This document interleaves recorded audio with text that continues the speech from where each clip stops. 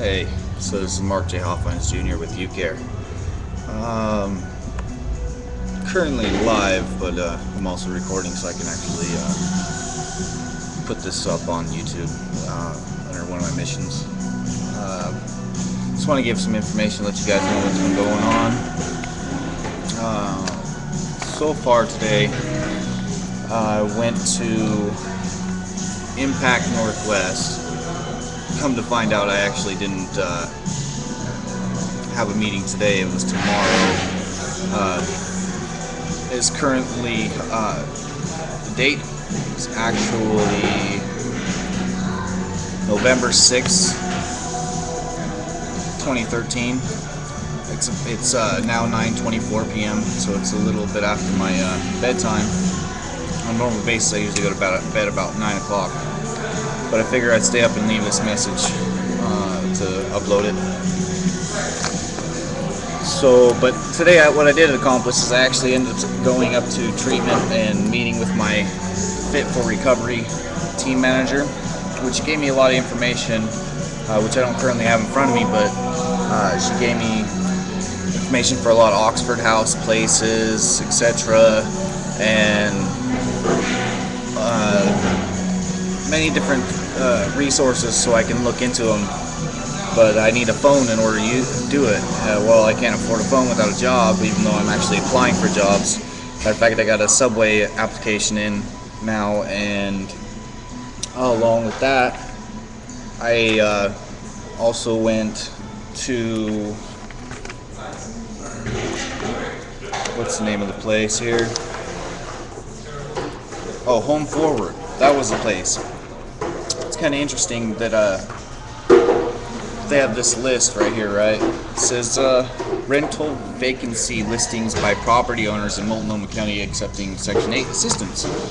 Well, when I went into there, the lady didn't seem too fond of the way I looked and said that they're not taking applications for 4 years. I find that interesting.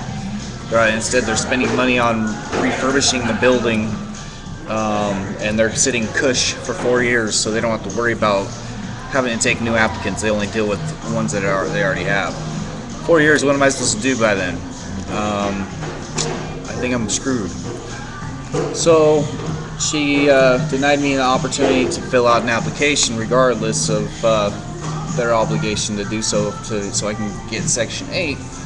So Home Forward is no longer an option for anybody for 4 years, according to her. So instead, I took their little thing for Impact Northwest, which has a lot of that's employment, short-term rent assistance programs through different Cascadia, Catholic Charities, Central City Concern. She told me to go to Central City Concern because I have to do treatment, etc. And they don't. Oh, and CODA is not a priority, and that's who I go through.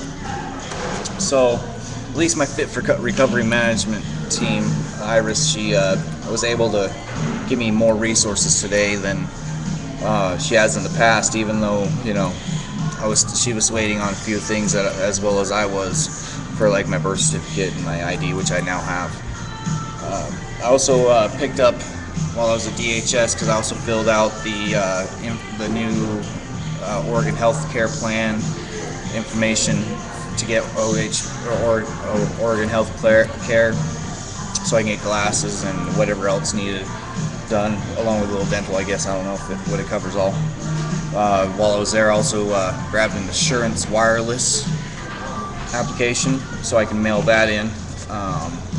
That'll give me a phone with 250 free texts and 250 minutes on it, but it takes another month and a half to get it. That's after they receive it, and I have to have an address where nobody else is using. So I don't know how that's going to be accomplished, seeing as how I don't have one. Anyways, but I mean, I'm still filling out anything I can, going wherever I can. I got a lot of legwork still to do, and I got to figure out whether I'm going to make finding a job my priority. I still have to go to SOS staffing, manpower, I need to get to labor ready, because labor ready will put me to work as long as I'm there at 4:30 in the morning and waiting in line by the time they open, so they can sign me a job. And that's not necessarily meaning that I'm going to get a permanent job, just means I'm going to get a job for the day. I mean, it's a little money in my pocket, but it's not job security in any means. Let's see.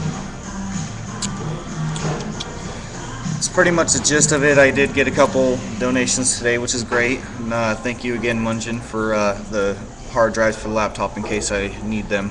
I can upgrade one of them, and the other one I can have as a backup for in case this one that I'm on currently falters on me again and I'm out of a laptop. Instead of having to be out for a week, I'll only be out for an hour. And thank you again, Jeffrey Geiger, because if it wasn't for you, I wouldn't have this webcam to be recording on. Other than that, I wanted to say thank you guys for all your support. I mean, thank you all. Because if it wasn't for you, I wouldn't be still maintaining this today.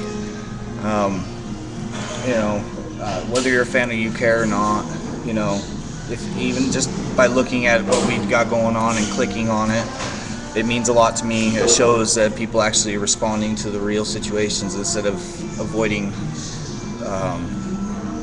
what's going on with the homeless. I mean, we lost somebody already recently out in the 90s or 900 or like 99th and Flavel area, first homeless person of the year, which is unfortunate.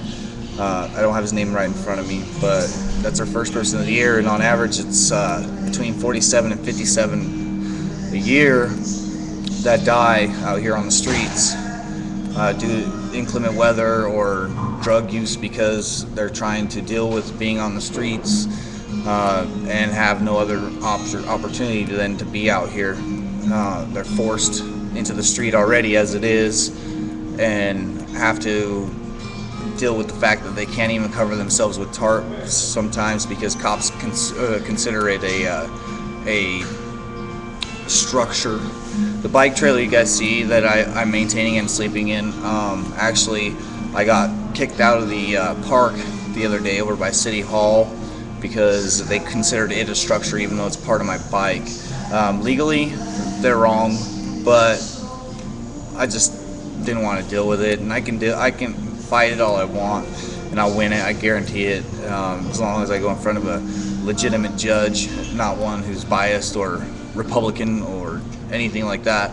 And I hog on Republicans all the time because the fact of the matter is they're money over people. I know I say a lot. Just kidding. Drinking some coffee. Even though it's late at night, I'm still going to be able to sleep. Had a great meal at least. Thank you to Underground, by the way. You guys are great.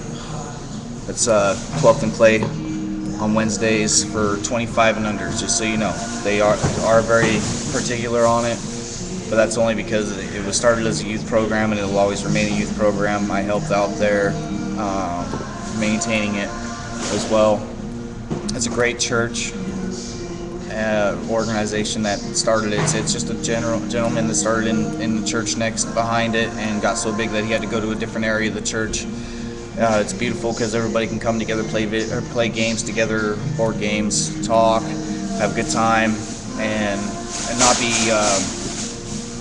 discriminated against. But all right, well, I don't want to keep this too long because I want to make sure I get this up.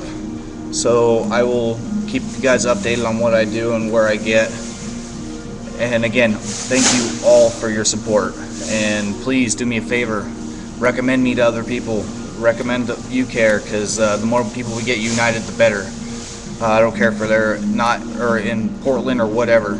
So all right, let's get this doing. All right, out.